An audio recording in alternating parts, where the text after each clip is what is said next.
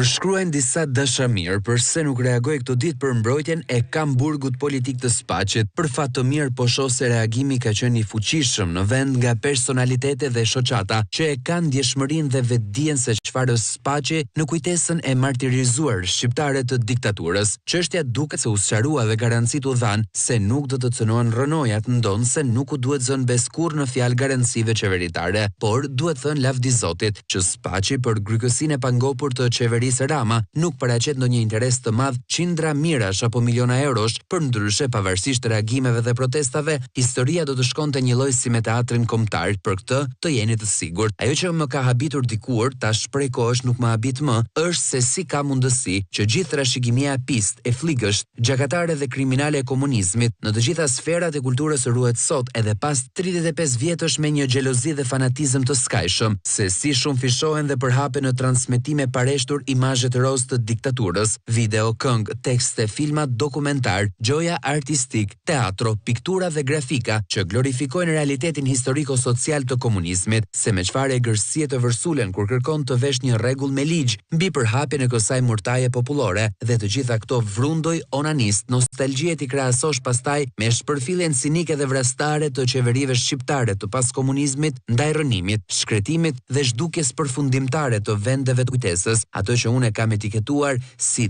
topografia e terrorit. Mbajeni mend dhe ju lutem fiksojeni mirë këtë. Prej kohësh ideologjia dhe politika luftojnë egërsisht të shpërngulura dhe të strukura në maskën e kulturës, sepse përmes kulturës shplahet apo përftohet një imazhëri personal qoftë apo kolektiv. Po, e kam vënë re mirë një solidaritet qeveritar dhe popullor për mbrojtjen fanatike të nostalgjisë ndaj trashëgimisë së gjoja artit dhe kujtesës komuniste dhe një egërsi shtazore për refuzimin e artit, dëshmive dhe kujtesës së qëndresës dhe martirëve. Veç zhdukja, rënimi i dal nga dalti monumenteve të dëshmive për 35 vjet me radhë e konfirmon këtë që them. Përse nuk po reagoj unë? Miqtë e mi, kam bërë jo as sa shtrieshin mundësitë e mia dhe ekipit me të cilit punoja në Instituti i Studimeve për Krimet dhe Pasojat e Komunizmit, por shpesh edhe përtej kësaj i përfshirë me mendje dhe me zemër, edhe për Spaqin gjithashtu, përpos pelegrinazheve të përvitshme që organizonim herë vetëm dhe herë me shoqatat e reja që dolën, kam ngritur vazhdimisht zërin për gjendjen e mirë të këtij monumenti aq të jashtëzakonshëm të kujtesës sonë martire dhe krenare, siç është ish kamburgu politik i Spaqit. E kisha parë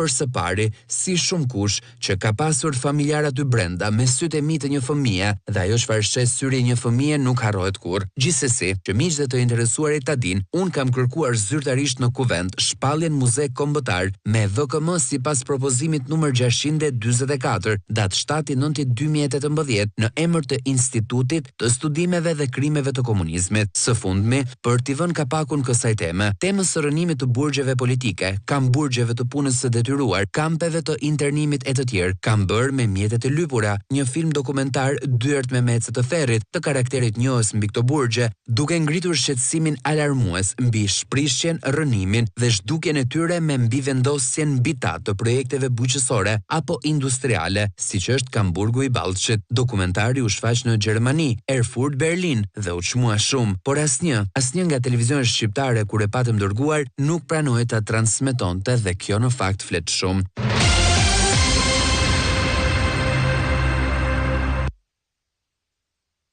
26 tetor 2023, kërkesa avokatëve të Berishës për dorëheqje për konflikt interesi me që ishte shkarkuar nga KLD në 96-ën, por Irena nuk pranoi se ju tha a keni dokument për këtë gjë. Nëntor 2023, KLG i jep avokatëve vendimin e KLD-s për shkarkimin e Irena Gjokës, por 2 javë më pas, po KLG gënjen deputetët e PD-s duke i shkruar se kinse nuk ka vendimmarrjet e KLD-s të vitit 1996. Dhjetor 2023, kërkesa avokatëve të Berishës për dorëheqje për konflikt interesi me që ishte shkarkuar nga KLD në 96-ën, bashkangjitur me vendimin e KLD-s, por nuk pranoi pasi tha se ai ishte një vendim kolegjial. Mars 2024, gazeta greke Tanea boton shkrimin që Irena Gjoka është dëbuar nga Greqia. Mediat e VS-s në Kor fjalën e Idajet Beqirit dhe Frok Çupit që ky është shkrimi porositur nga Tirana. 4 Mars 2024, KLG nxjerr deklaratë në mbrojtje të Irena Gjokës në vend që ta hetonte.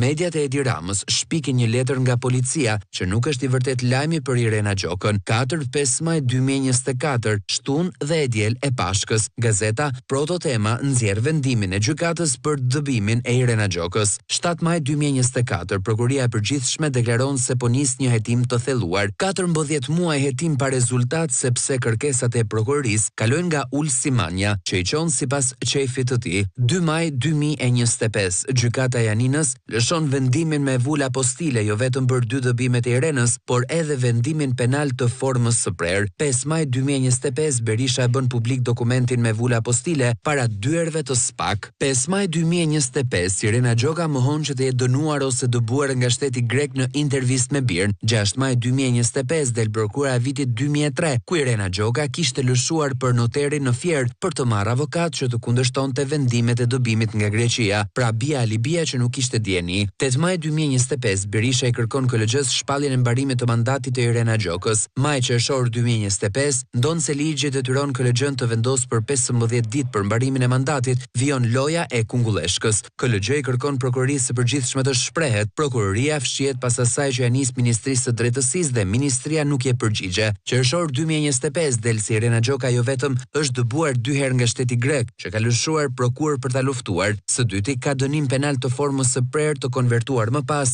Së treti ka falsifikuar formularin e dekriminalizimit, pasi nuk i ka deklaruar këto, por edhe së katërti, ajo ka gënjur në vetting për të justifikuar 60 milion lekë të paligjshme, duke paraqitur një kinse kontratë të 96-s mes burrit dhe vëllezërve të saj, dhe duke përmendur në atë kontratë të 96-s nenet 801-825 të Kodit Civil, që janë sot në fuqi dhe ndërsa në 96-ën Kodi Civil i botuar në fletorin zyrtare kishte vetë 254 nene.